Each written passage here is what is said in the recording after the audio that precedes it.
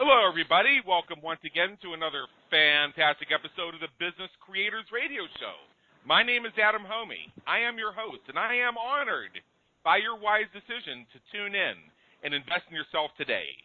We are business creators. We have entrepreneurs, small business owners, local business owners. We have marketing and business coaches, consultants, and mentors.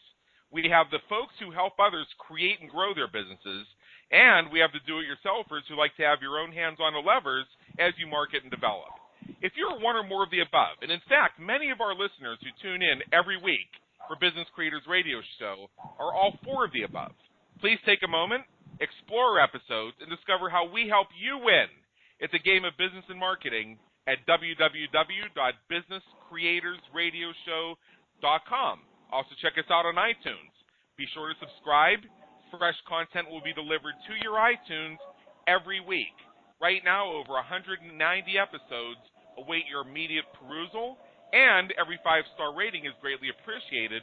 Helps us serve more business creators just like you.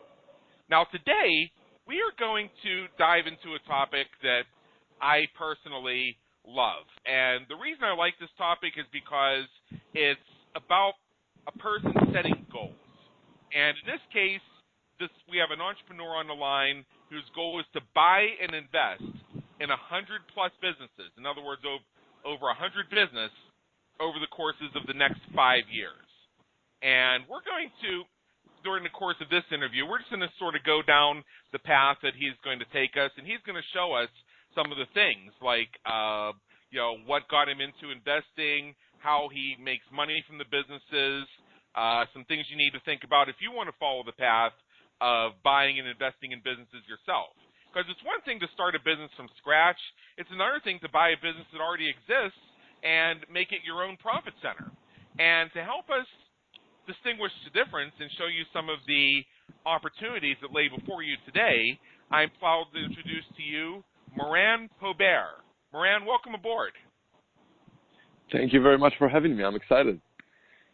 Great. So first of all, I'm going to tell the audience a little bit about you, and then I'm going to ask you a question.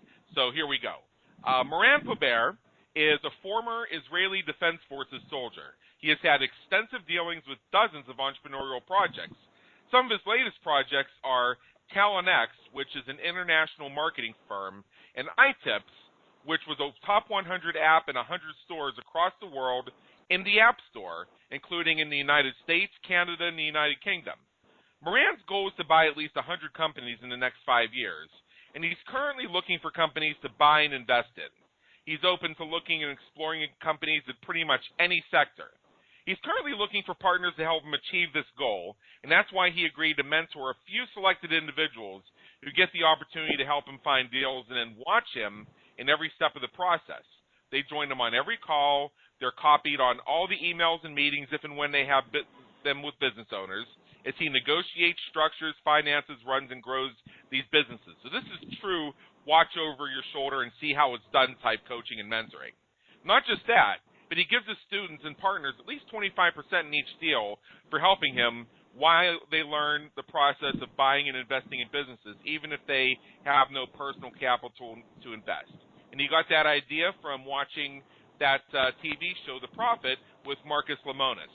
Now, you may be listening to what I just read and thinking, wasn't that more of a sales pitch? And the answer to that is no.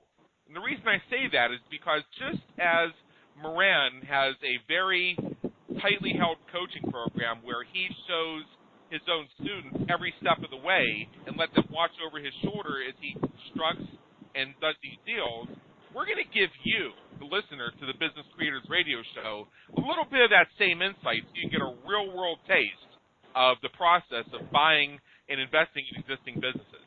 So that's why we decided to do this topic today. It's a little bit different than what we normally do here, and I thought that it would be a great, not only a pattern interrupt, it would be a new way of looking at how you can create multiple streams of income and how you can create the financial basis for your dreams.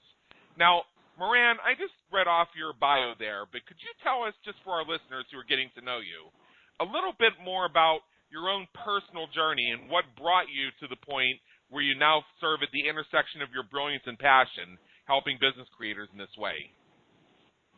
Yeah, for sure. So I'm born and raised in Israel, and as Israeli, you got to go to the army at the age of 18.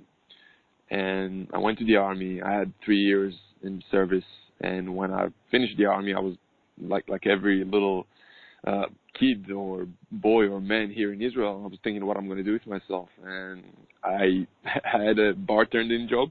I worked as a bartender for a bit, but I got fired after like 2 months of working in a bar, and I realized that I can't have a boss. I don't want to have a boss. I want to be my own boss, and that's what led me to this world of business. I knew a few people who made money from the internet, and that's what led me to the online world. Back then, I started doing providing different marketing services to different clients, and that's what kind of like started my journey in business. I then, like you just mentioned, I've been involved in different businesses. One of my most successful projects was the iPhone app company that I had, and that process with that business, that company, that app led me to this world of buying businesses, investing in businesses, and that's what I'm focused on right now. And that's what I believe is the most fun, inspiring, entertaining lifestyle and business that I could be around. And yeah, I'm happy to share some of the experience that I have with this world. Great, absolutely. And as I mentioned earlier, this is going to be a little bit of a different take where we get to see a glimpse into your world of buying and investing in currently existing businesses, which is a very fun thing. And also we need to talk a little bit about how people can do that if they don't have a lot of capital of their own, which I know we'll get to. So first of all, just so that we can help to define our terms, what are some of the biggest mistakes you've made as you've gone down this process so that we can learn from the trailblazer what path to avoid? Wow. So first of all, many mistakes. I think anyone in this world who made any success probably made more mistakes than anyone who didn't.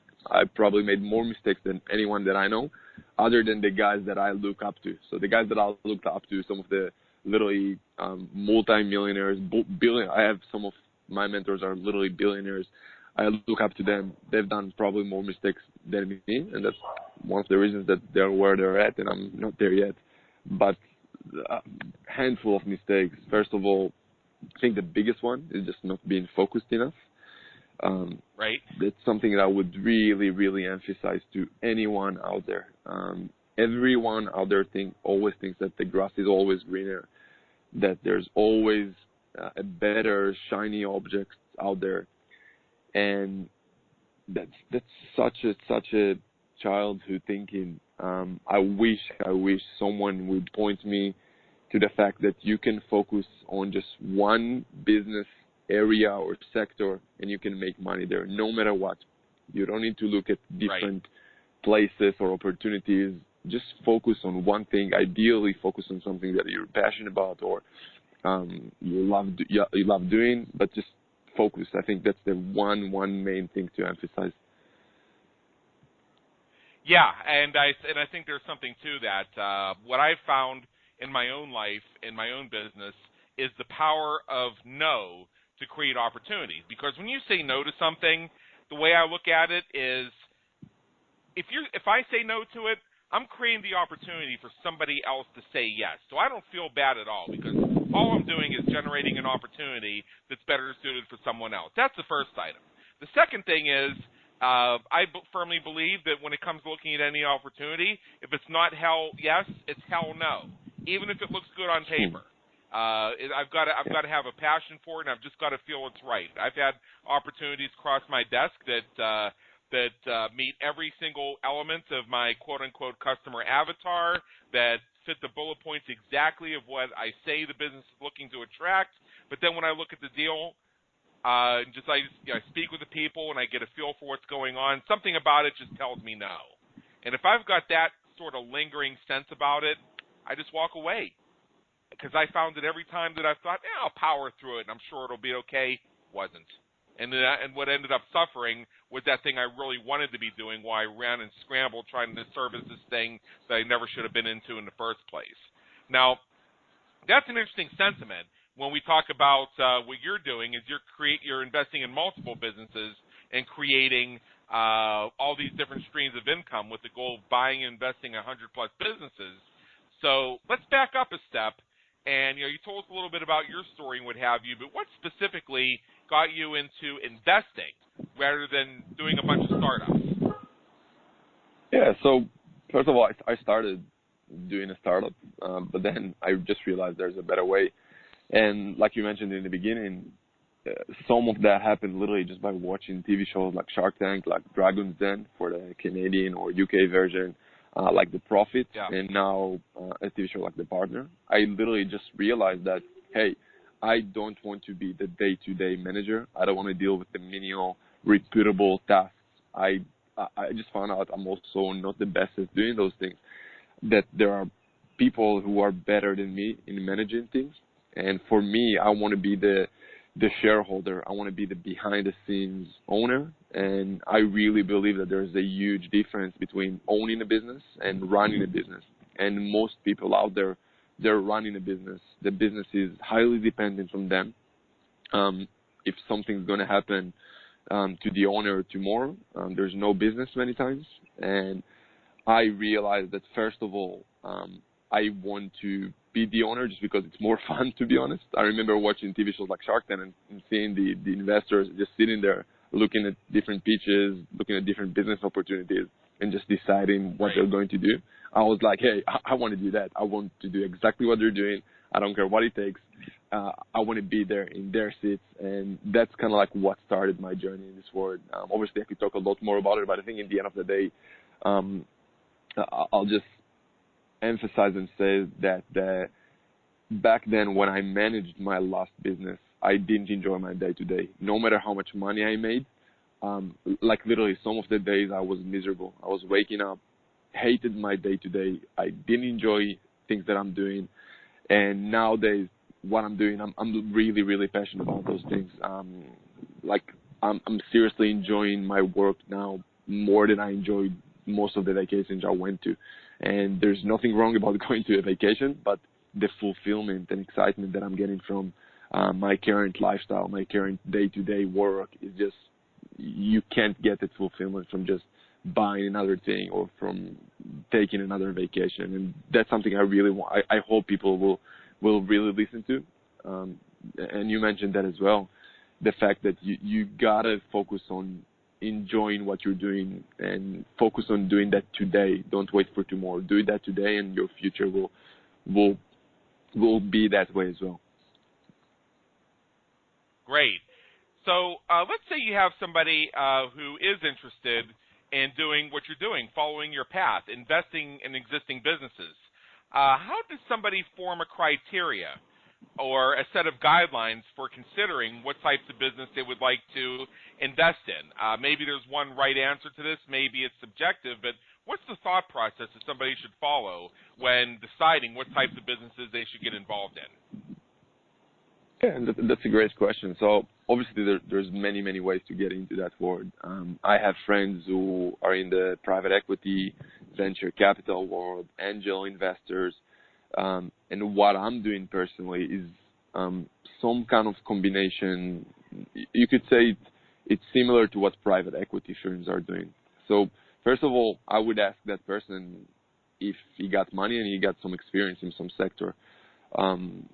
If yes, then, and again, it's really, really individual based on that person, right? I can just tell you what I'm doing, and based on that, if someone likes that, then just go for that. That's what I found to be the best thing, and that's what I'm most passionate about at the moment, at least. I might add some kind of angel investments in the future just because I think it's really fun.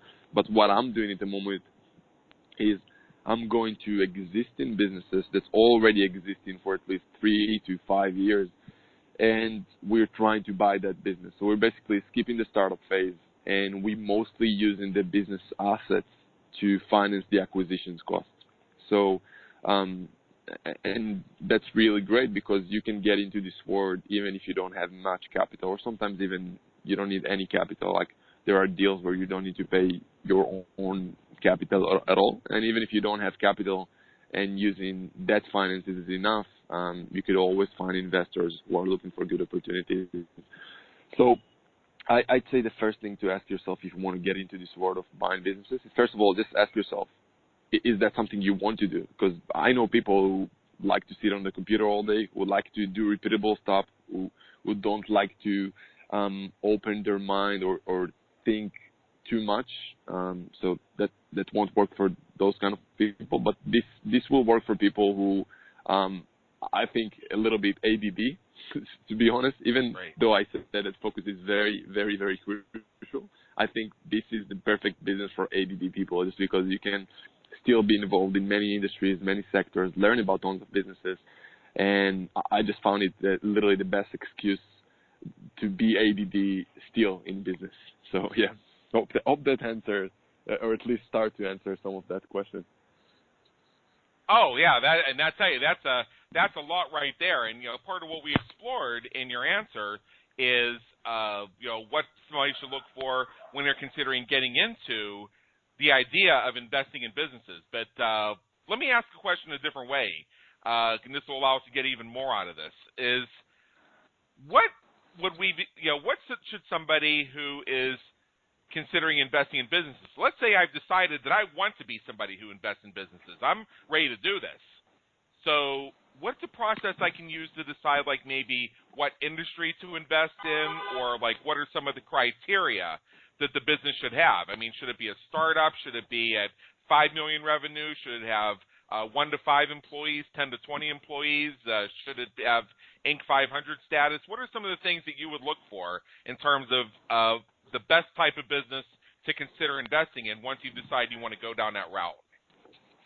Mm-hmm. Yeah, so let's start with startups. First of all, if you want to invest into startups, you got to have some capital, and then you could act as some kind of an angel investor, unless you want to take the fund route, which means you need to go raise capital and become some kind of a VC fund, venture capital fund.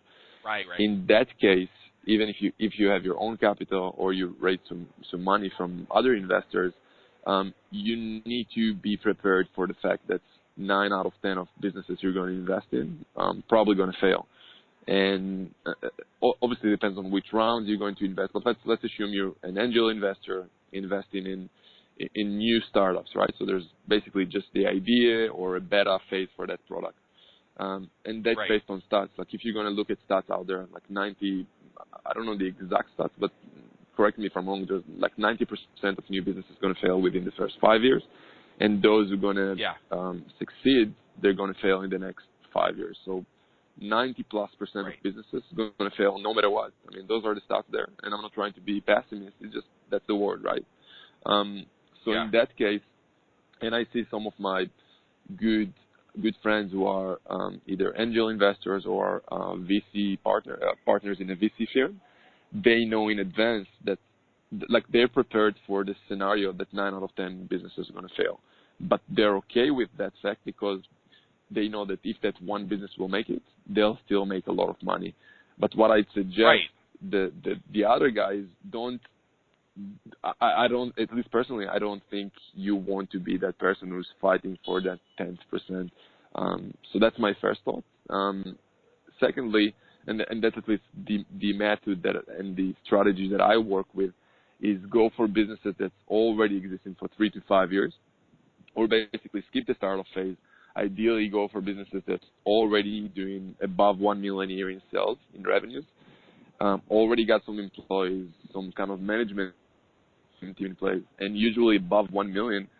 Many times the business is already not really high, at least not highly dependent on the owner, which is crucial if you want to buy that business. In that case, and tell me how much in depth you want me to talk about that, but go talk to the owner, present yourself as someone who potentially want to buy that business, and get some basic information about the business. Obviously, sign an NDA, non-disclosure agreement, so the owner will feel comfortable sharing that information with you. But as soon as you get that information, look at the numbers, see how the business is working, see if you could potentially see yourself owning a business like that, or maybe running a business like that if you want. And then we could talk about the next steps on how to finance that deal and stuff like that. But yeah, just tell me where we want me to take that call.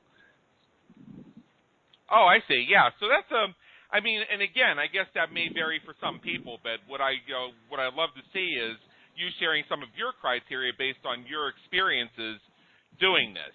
And I guess you raised some good points that if you're going to invest in a business, that if you have something that's already established, is it fair to say that that's normally a smarter investment because there's already a foundation and there's already revenue and there are already customers? 100%. So let's compare startup to an existing business. When you're a startup, you don't have a track record, you don't have a brand recognition, you don't have a list of clients or employees.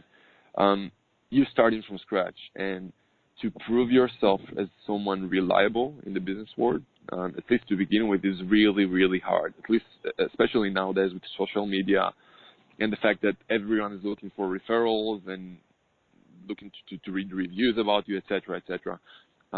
When that's the scenario when you're a startup. When you go into existing business that's already existing for a few years, all those businesses already got a list of clients, especially if you're doing above 1 million a year in revenues. I mean, you got to do something good if you got to that stage, right? No matter what.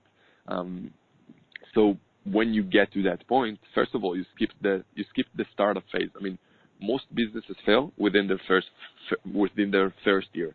So the fact that you go to a business that existing for already at least 3 to 5 years, I mean, your risk reduces a lot.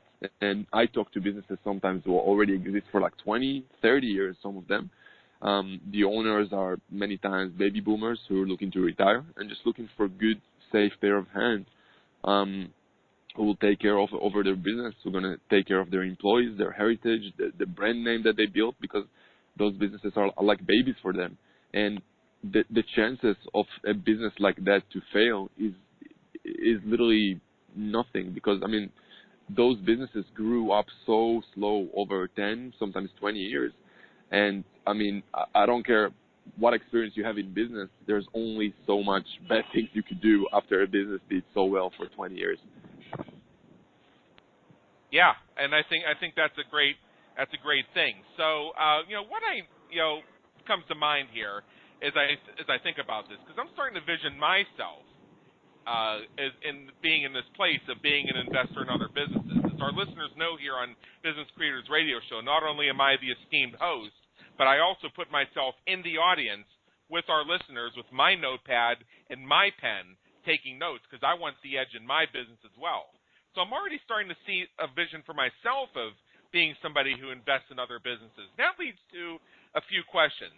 First of all, what I'd like to do is I'd like to get into this issue of how you can become an investor in businesses when you don't have a lot of capital of your own. Because I can tell you that I know people that are grossing $2 million a year in their business that have overhead of $1.8 million. So even though they're living comfortable lifestyles and their business is funding what they want it to do, it's not like there's all kinds of disposable income just laying around for them to go buy 20 or 50 or 100 other businesses. So let's say I want to get into it, but I just don't have a lot of money laying around, and the bank won't give me a loan. What do I do? Mm-hmm. Yeah, great question. And what you just said is such an important thing, and that's something that I learned from my mentors, is that you don't really make the big money from income, but you make that money from equity in transactions or from capital events. And I'll tell you even more than that. Some of my mentors, their saying is you make money only when you sell the business and not when you're running it. And what you just said, I mean, it's perfectly true. Most of the businesses that I talk to, as you just mentioned, it's not like they're having millions in their bank sitting waiting for them, even that they're making few millions in sales.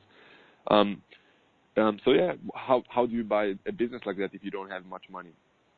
So to summarize it in one sentence, we're using the business assets to finance the acquisition. So for example, let's say we're going to any type of business, a B2B business. We're having a conversation with the owner.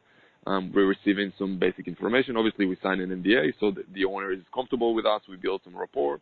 And now we have the basic information about the business. So we have all the latest financials, latest balance sheet, and all the rest of the information that you need in order to understand about the business. When I have that information, I could literally take the balance sheet. So I don't want to overwhelm people too much, but every business got a balance sheet. We got the assets and liabilities. When we look at the assets, we have things like accounts receivables, inventory, sometimes real estate, cash, etc., right? I could take that list of assets, go to different financial institutions, and basically tell them, hey, hello, dear banker, I have that business I'm looking to buy. Here are the assets that I have. What can you loan against those assets? That's basically the first thing that I'll do. As soon as I get a response back, and obviously the financier, the guy from the financial institutions, and that could be any type of bank. And I mean, there are tons of financial institutions out there. Some of them will finance based on receivables. Some of them will finance based on inventory. Some of them will finance based on cash flow or real estate. Or you got literally thousands of those different financiers around the world. So the financier will just tell you, hey, Moran, if you want to buy the business, here's what I could loan you against those assets, and go back and play with it. When I have that number, when the financiers told me how much I could raise, I could take that number and start my negotiation process. And the way I usually work is, ideally, I don't want to pay more than that number at closing when I buy the business. So let's assume we agreed on, let's assume we agreed on, let's say I got $1 million from the bank that I could raise. I don't want to pay more than that at closing, and the rest of it will need to be structured over a few months or a few years or whatever the deal could afford. So that's the simple way to put it. Yeah, and that makes a lot of sense because you're just looking at different ways of finding the money that may not be just directly handing them cash. And that's something that a lot of our listeners and a lot of entrepreneurs I know, including to a degree myself, I'll be transparent, including to a degree myself, find ourselves in situations where we have the interest, we have the wherewithal, and we have the bandwidth to create multiple streams of income, and a recognition that investing in an existing business is a smart move to make. But the challenge is, and this is what myself and a number of other people run into, is it seems like because we're forward-thinking entrepreneurs who know how to make money, banks don't want to loan to us. It's kind of weird how that works.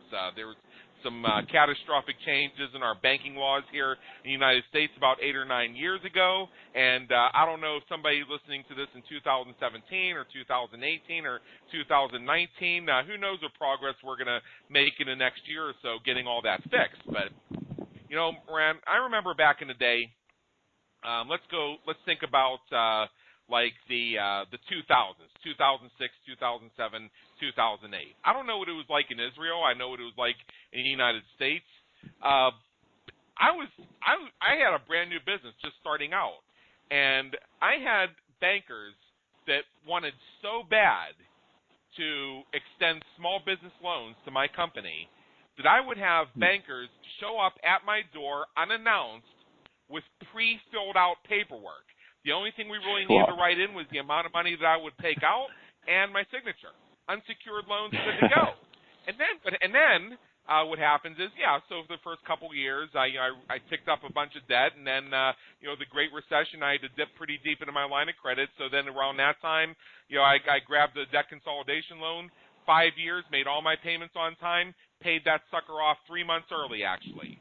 And then, coming flush off the success of having paid off a successful debt consolidation loan, having outstanding ratings credit-wise for my business entity, and if you want to look at this, my personal credit ratings, I don't want to give any numbers out over the phone, but let's just say by any of those little graphs you see in any of those credit raters, my needle is always in the green area.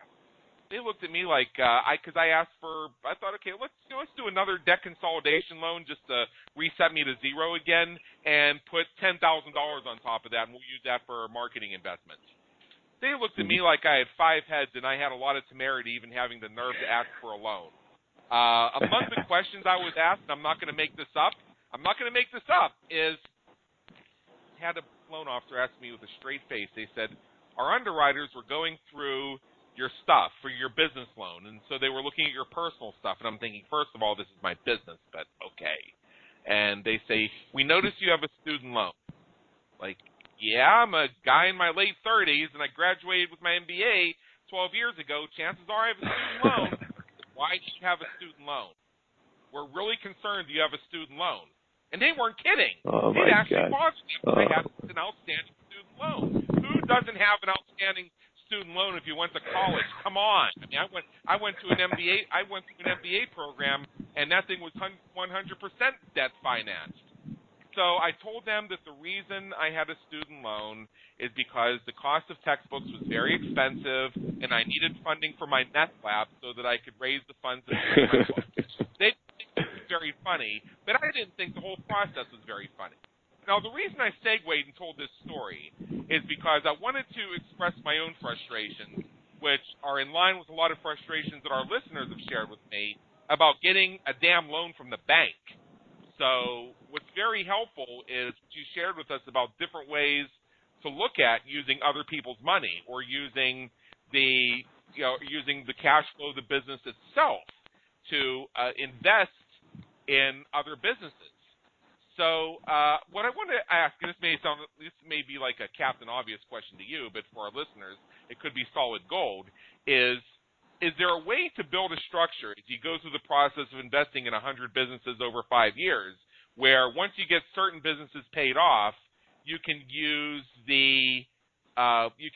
some of the revenue from those businesses to fund your investment in other businesses? I think that's a Captain Obvious answer, but let me ask a part two, which may not be.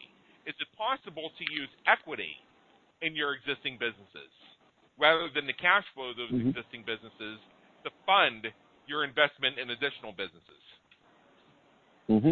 Yeah, 100%. And let me even make it simpler too. So what you just said about taking a loan, it's going to be much harder for you to take a loan for your own existing business or for your own personal. If you want a personal loan, that will be much harder for you to take because the business wants some kind of collateral. What we're doing is we're going to the bank with existing business assets. So I'm not signing, I try to never sign personal guarantees. What I use for collateral is the business I'm about to purchase assets. So let's say the business I'm looking for, they have real estate. I'm using that as collateral. Let's say they have accounts receivable. I use that as collateral. If they have inventory or some stock, I use that as collateral. So no matter what happens with the loan, the bank could always take that. So let's say, hopefully not, but let's say there's any challenge, the bank own the real estate now. The financial institutions own the receivables now. So they're using that as collateral. So it's not really a normal loan. It's more like, it's like financing any type of, it's really similar to real estate many times. It's much easier to finance real estate because the bank knows that they have the real estate if there's any issues. So now the question is how much you're going to get loan. So many times, yes, you won't get 100% loan on the real estate value, but many times for me, getting 80% of the real estate value or getting 80% of the accounts receivables books or getting even 50% of the inventory is enough for me to pay a down payment to buy a business because I could structure the rest of the payments to be paid over a few years. And that's the huge difference that people just don't know, to be honest. The fact that when you buy a business, just if you're going to look at the word of the M&A word, the word of mergers and acquisitions, all the deals, they're not, so let's say someone's buying a business, they're not paying 100% of the cash at closing. That's just the norm. That's the word of buying businesses. No one's paying 100% cash at closing unless it's a very unique deal. And obviously there was many times the only 100% cash deals you're seeing is just with big companies that had a very strategic reason for them buying the business and lots of synergies and cross-selling opportunities. And even in that case, many times it's not really cash. It's just you get in shares. And many times those are shares in public companies that you many times can touch for at least 12 months. So just to put things in structure, no matter what business you're buying, you're not paying 100% cash at closing. And if you do, you can, if you want to pay 100% cash at closing, you can negotiate a very, very good deal. So what I do is I just loan as much as I can, and the rest of it I structure over a few years. in that case, I'm not asking for too much loan from the business. Many times it's much, much less than what the business worth. So many times I don't need more than 50% of what the business worth to get a loan for. I pay that at closing. The rest of it is structured over a few years. I use the business assets as collateral, so I don't need to risk any personal assets. And that's how the bank is much more happy to loan you against existing business. And that's another reason that you want to buy existing business that's existing for a few years, because I mean you're going to show the owner, the banks, hey, I mean, look, this business existing for many years. What's the chance that something's going to happen?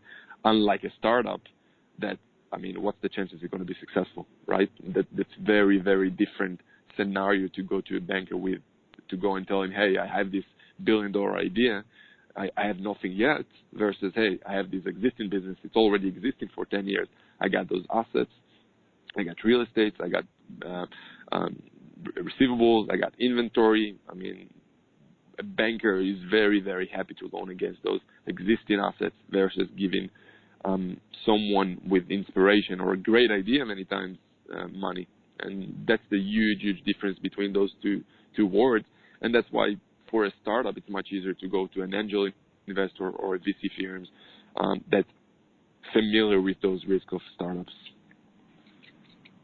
Yeah. You know what else jumps out at me as you go through all this is we're talking about secured loans.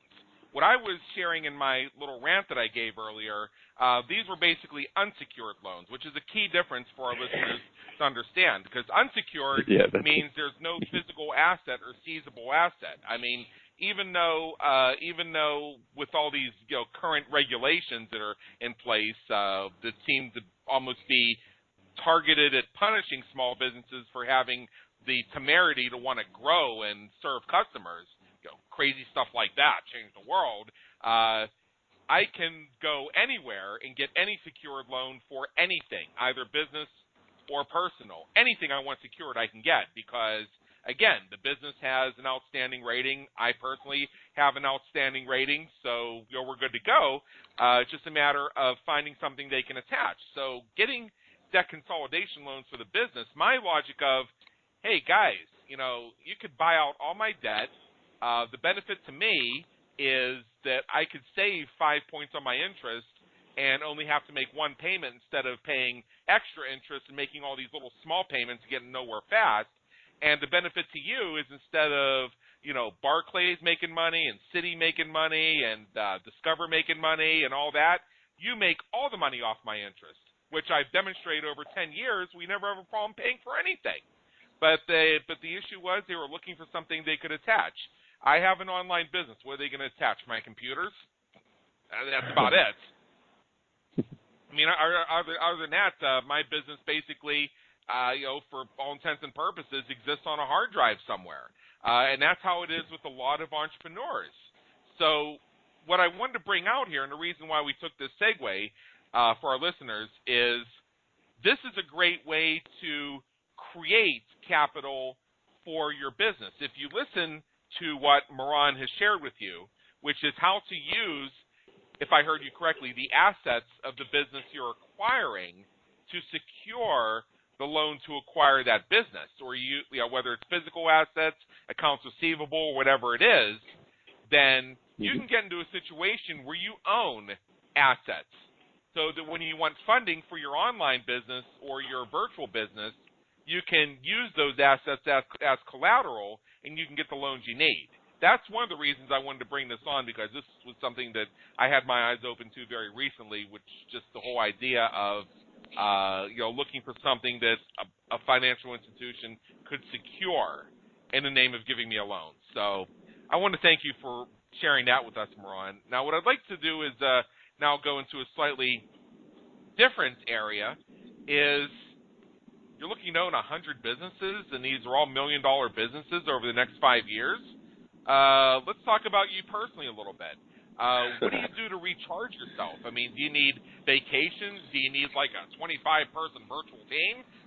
How do you get through? That's a great question, and it's funny because I feel like I work less than I worked before. Seriously, I I just really, really enjoy my day to day right now, and I don't see 90% of my day. I don't see it as work. 90% of my day right now is having calls, meeting people, many times having flights to really cool places to meet more cool people. I'll just give you an example. I had a call yesterday with a business owner who's owning a business for almost 20 years. That guy is so passionate, and I don't know if I can even explain what the business is doing exactly yet. It's some kind of a laboratory testing food and allergies and all that stuff, which I know nothing about. And that person is so excited, so passionate about. He can talk about that world for hours, right? And for me, just to be around those people who are so driven and passionate about and literally live those businesses for years, I get energy from that. I really, really am. I mean, I'm at a point. I mean, I don't really see my day as work. I can walk around the street, talk to people, or sit in my office or in my home, talking to people or meeting people. For me, it's fun. Unlike, take me back a few years ago, I had to sit in front of the computer all day, many times managing marketing campaigns myself, watching little stats and numbers and comparing CTR to CPM and other really, really boring things. And back then, just sitting 1-2 hours on that, I literally couldn't stand it. Nowadays, I could work 10, 12 hours a day just doing what I'm doing, and I really don't see it as work. I enjoy talking to people. Obviously, I do have my rituals. I try to be very healthy, to eat really healthy, to work out. I try to do some kind of exercise almost every day. I do meditate. I can dive in even deeper about some of the other things I'm doing. I read probably any book about self-development, happiness, business, and those are things that definitely keep me in charge. I mean, I can talk more about my daily ritual if you want, my morning ritual and stuff like that, and things that I'm trying to do on a weekly or monthly basis. But in the end of the day, I think it really comes down to doing what you love today. So many people just say, hey, I'm going to do X, Y, Z, and then I'm going to be happy. You got to change the script. You got to ask yourself every day, what's going to make me happy today? What's going to make me excited today? And do those things and grow from there. And I think, at least for me personally, changing that paradigm changed everything. Right. And, I just want to point this out because I want to make sure that our listeners get this. Is you just shared with us that a few years ago you might have had one business, you might have had two businesses, and you're doing all these things that they tell us business creators we have to know off the top of our heads. We have to know our CPAs and our CTRs, and we have to look at all these stats and charts and Gantt, whatever the hell that is. I don't know what it is.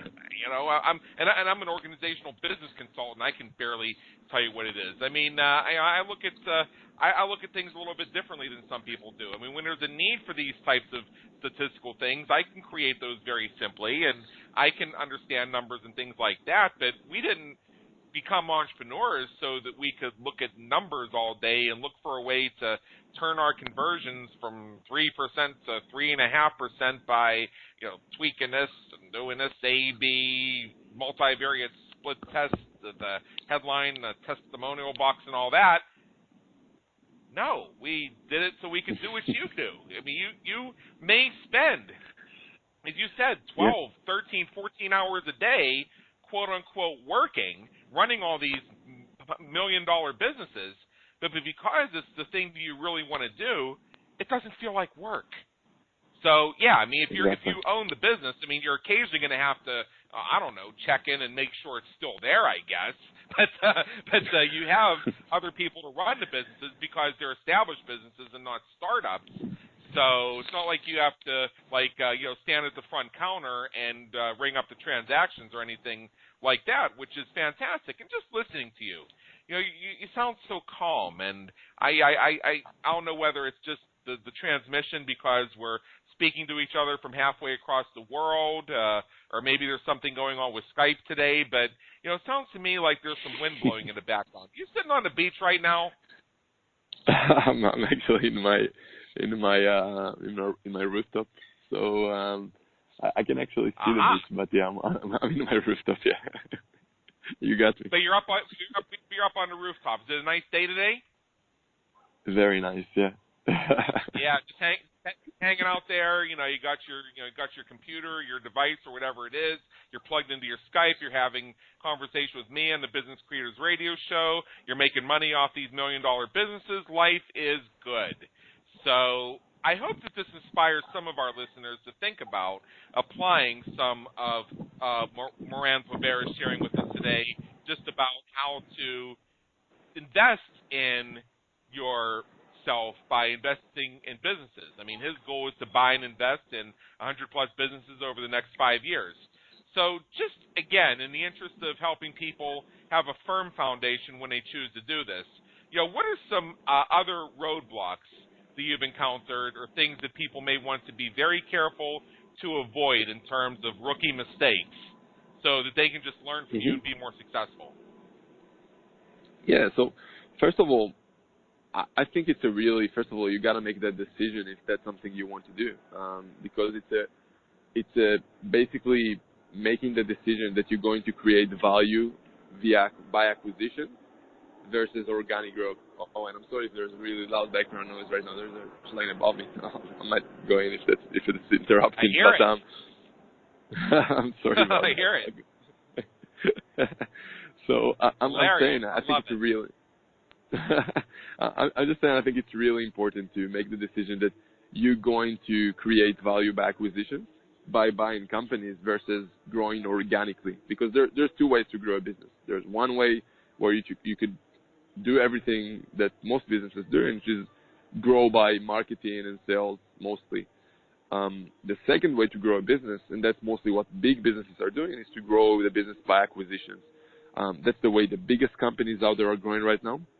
If you look at some of the biggest famous companies out there, take a company like Facebook, for example, the fastest way for them to grow right now to meet their shareholders' demands is to go and buy other businesses. I mean, you can grow in years worth of sales in an afternoon, literally, in one acquisition. Let's say you have existing business doing 1 million a year in sales. You can go and buy your competitor, literally, who's making 1 million a year in sales as well. And you're now a business making 2 million a year in sales. And I'll tell you even more than that, you could even merge two of you together and let the competitor owner to run your combined firm, so you could be a shareholder and owner and focus on growing the business by acquisition versus, again, focus on the day-to-day. So I think it's really just the biggest thing is to change your paradigm from being a manager to being an owner, a shareholder, someone who's focused on the big vision, the big picture. And at least personally, I think that's the biggest thing for me. Like sometimes I try to hold myself from doing things that I know, first of all, people could do better than me. And secondly, just I know I could do better things with my time, like going and finding another business or going and finding another synergies or joint ventures with potential business. Those are, at least personally for me, those are the two biggest things I could do, to find a joint venture opportunity or a business to buy. Yeah, I just thought of something else here, and I'm just wondering if you ever ran into this. The idea of buying your competitor and thereby potentially doubling the revenues in the same business you're in just by absorbing your competitor. We hear about that. I know people personally who are in the process of building businesses with the idea that they will ultimately be acquired by their competition. And they take this to the level where they study their competition and they do things the same way their competition does it. I'm gonna like here, for example, like I know somebody who's selling a certain type of food that he produces. So part of what he's done is he's already identified the competitor who he hopes will buy him out, and he studied their technical processes down to the vendors they use for shipping, the way they package the food, where they buy the boxes, where they buy the dry ice, what e-commerce system they're using. and he's doing it the same way his competitor does it, because when he approaches his competitor to get them to buy him out, he wants to make his business more attractive to them so they can look at it and say, hey, they're already doing all the same things we're doing. This will be an easy merger and acquisition because we use the same processes. We don't have to do like major transitions when we buy this other business out. So what occurs to me is, have you ever run into somebody who may be a competitor of one of the businesses you have, and they built this great business, but you know what, the whole entrepreneurial thing maybe just isn't working out for them, or maybe they just want to slow down or what have you. So they want to sell you the business with the idea that they'll then work for you, meaning you'll buy their business and you'll maintain them either as a consultant or as the CEO of that business for X amount of time. Do you ever run into that? Mm-hmm. Yeah, so what you just said is very, very common thing that I'm seeing constantly. Many times, I sometimes see startups pitches as well, and many times that's literally their exit strategy, to go and find a competitor or a big player in the industry to buy them. So there are two things to think about. First of all, is I think it's a great, great idea if you have something really, really unique. If you're just doing everything that your competitor or big player in the market is already doing, you need to ask yourself, why do you need? Why it needs you? One of the options could be, yes, you could buy it just because you have some nice part of the market, or you get to a point where you got nice revenues coming in. But at the same time, if you don't have something unique, I would also worry a little bit, because I've heard some horror stories about competitors basically saying that they're looking or potentially open to explore the opportunity to buy that business, but during due diligence, they're literally stealing everything. Like, they're stealing employees, they're offering them double their salaries, they're stealing clients, they're stealing literally everything that business built. Like, I know businesses that literally went bankrupt during due diligence process of them thinking that their competitor is going to buy them. I've seen horror stories. So I would just say that to warn people a little bit. And but obviously, if you have something really unique, then don't worry about it. I mean, if it's going to be hard to compete with you, and you need to think how hard, first of all, it's going to be to steal, for your competitor to steal something from you, or how hard it's going to be to replicate you. If the competitor is going to take much more time to do everything from scratch versus buying you, then you got a great business. So I would say just make sure you got those things. Otherwise, I've seen really bad things, and that's why, at least personally, when I go and potentially try to buy business, I do everything in my power to position myself as the safe pair of hands, as someone who's going to take care of the employees, the heritage, the brand, the track record. Because I know personally as well, when I had businesses and people came to me and offered to buy my business, first of all, some of those businesses are like my babies, and you want to make sure that someone's going to take care of them. But secondly, you're just worried. You don't know what's going to happen, and many times people who sell in their business, that's their only business that they're ever going to sell in their life. So they're really cautious. So I would say, at least personally, I try to position myself as a safe pair of hands as much as possible. But from the business owner's point of view, I would say just be worried and make sure you have something unique. Because if your competitor is going to learn everything he can about your business during due diligence, so usually the way it works is someone make an offer to buy your business, and let's say you sign an LOI, a letter of intent. After that period, the owner got usually an exclusivity period of 2 months to do due diligence on you. And during that time, he could just go away. But at that period, he learned everything he can about your business. So my question to you as a business owner, to anyone other who is listening, is how long will it take that competitor to start everything from scratch and be in your position? If it's going to take too much, then, I mean, it really depends if it's going to work, right? The business is going to ask himself, is it going to be worth to buy that business, or can I just start it from scratch? I would just say just focus on those two things and make sure you have something unique. Yeah, I think that's all great things to consider. And I got to tell you, this is one of those interviews we've done on Business Creators Radio Show that in its own way is, quietly but very powerfully inspiring. So it doesn't have a, woo-woo feel-good topic about it like, reaching out to the transcendental power of the universe or anything like that.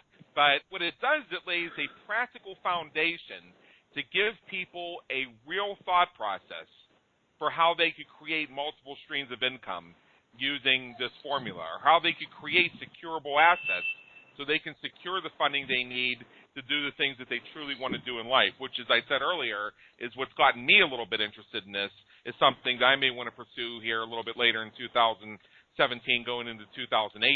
So this is all good stuff. We have just a couple minutes left here. We're near the top of the hour. So first of all, Moran Pobert, thank you for being with us. And along with that, I'd like to turn the floor over to you for just a moment, and if you could just share with our listeners a little bit how they can engage with you and how you can help them take it to the next level for those who may be sitting on the edge of their seat saying, yes, I want some of this for myself right now. Yeah, so pretty straightforward. If you have an existing business that you're potentially looking to sell, I'm happy to explore that and have a conversation and maybe make an offer to buy the business.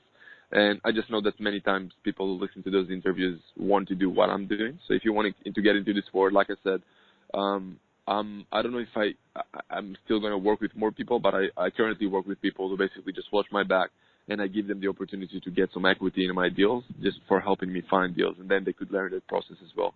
So if you either one of those, I'm happy to connect with you and have a chat. Just feel free to email me, and I'm happy to talk. Oh, great. And let's just make sure they know where to find you here. I have your website. It is www.moranpober.com. That's MORANPOBER.com. Yeah, so just reach out just go to this website or go to my personal email is moran@abdassets.com. That's my company's website. Yeah, now bear in mind, folks, when you reach out to Moran, he may respond to you while sitting on a rooftop in Tel Aviv, watching the beach and hearing the airplanes go over top, enjoying the lifestyle that you should have. So bear that in mind as you're speaking with him and thinking about taking this step, what it's going to be like, enjoying watching the planes fly over, maybe even owning one of those planes, looking at the beach, pleasant day on the rooftop, nice breeze, a little bit of traffic in the background. I hear somebody's going a little crazy down there on the street, and knowing that the alternative could be you're sitting in a cubicle looking at statistics. Now, to me, I'll take what Moran's doing any day of the week, and that sounds good to me. So let me just say again, Moran Pobert, thank you so much for being with us today. It's been an honor, a privilege, and very much an education. Thank you very, very much for having me. I really had a great time, and I hope I helped some of the people who listen. Thank you very much. You bet. And for everybody listening, this is Adam Homey, host of the Business Creators Radio Show. If you're listening live, please go to iTunes right now and subscribe so that you can get the replay of this episode and every episode of Business Creators Radio Show, where we and our guest experts help you win at the game of business and marketing. Be sure to visit our website at www.businesscreatorsradioshow.com to see what's coming up in our episodes and some of the episodes we've recently hosted where great information may await you today. Until next time, have a great day. Take care.